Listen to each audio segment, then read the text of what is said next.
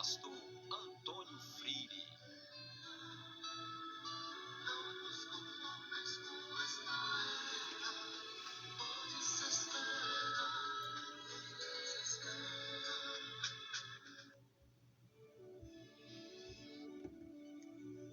Meus queridos irmãos, a paz do Senhor, bom dia!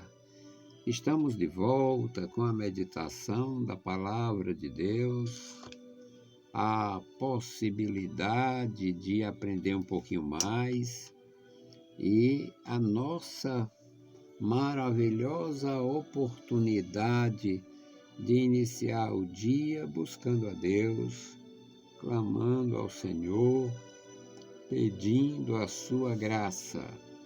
Vamos meditar no Salmo 45, uma mensagem que reconhece a nossa possibilidade de consagração, fervor, coração cheio. E tudo isto é possível porque nós fomos perdoados, resgatados, trazidos do lugar onde estávamos, sem perguntar pelo Senhor, até a sua maravilhosa presença. Então vamos meditar nesta palavra. O meu coração ferve com palavras boas. Falo do que tenho feito no tocante ao Rei. A minha língua é como a pena de um destro escritor. Tu és mais formoso do que os filhos dos homens. A graça se derramou em teus lábios. Por isso Deus te abençoou para sempre.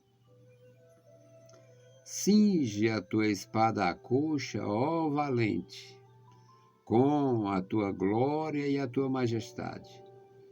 E neste teu esplendor, cavalga prosperamente pela causa da verdade, da mansidão e da justiça, e a tua destra te ensinará coisas gloriosas.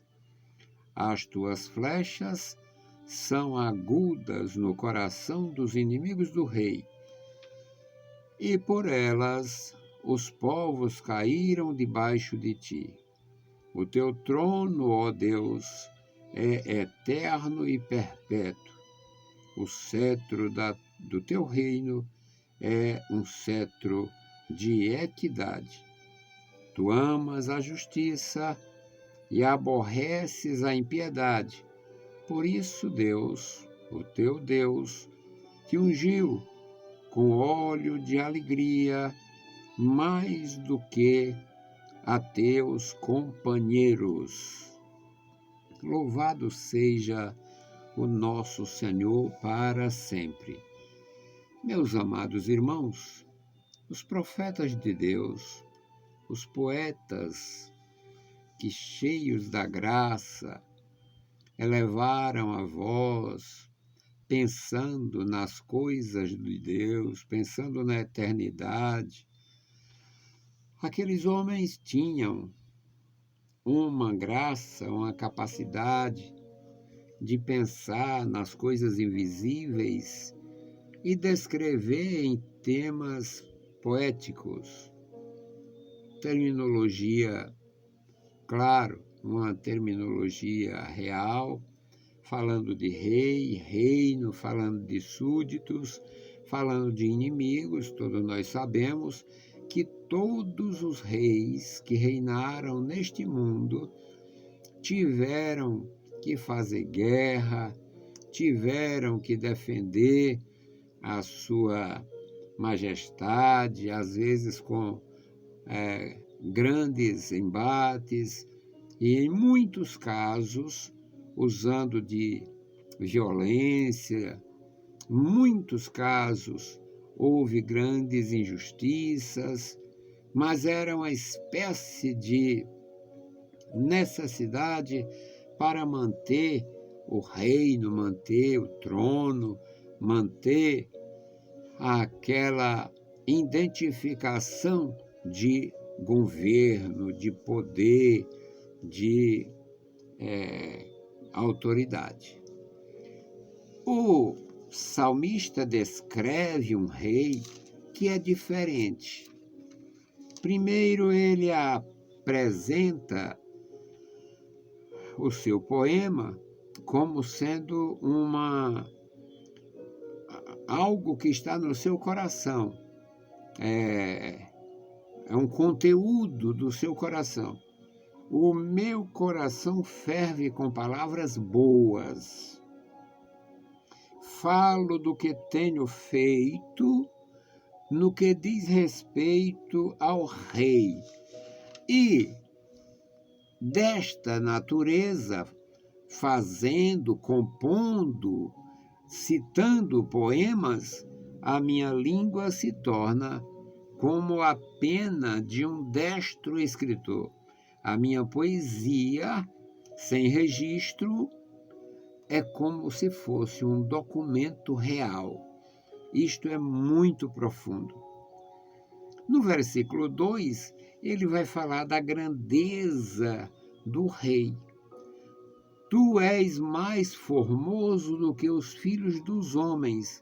A graça se derramou em teus lábios, por isso Deus te abençoou sempre. Te abençoou para sempre. Por isso Deus te engrandeceu.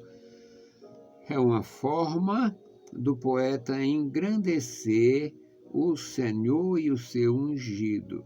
Este ser mais formoso do que os filhos dos homens, ou seja, ele é um homem diferente, ele é um ser diferente, ele é superior.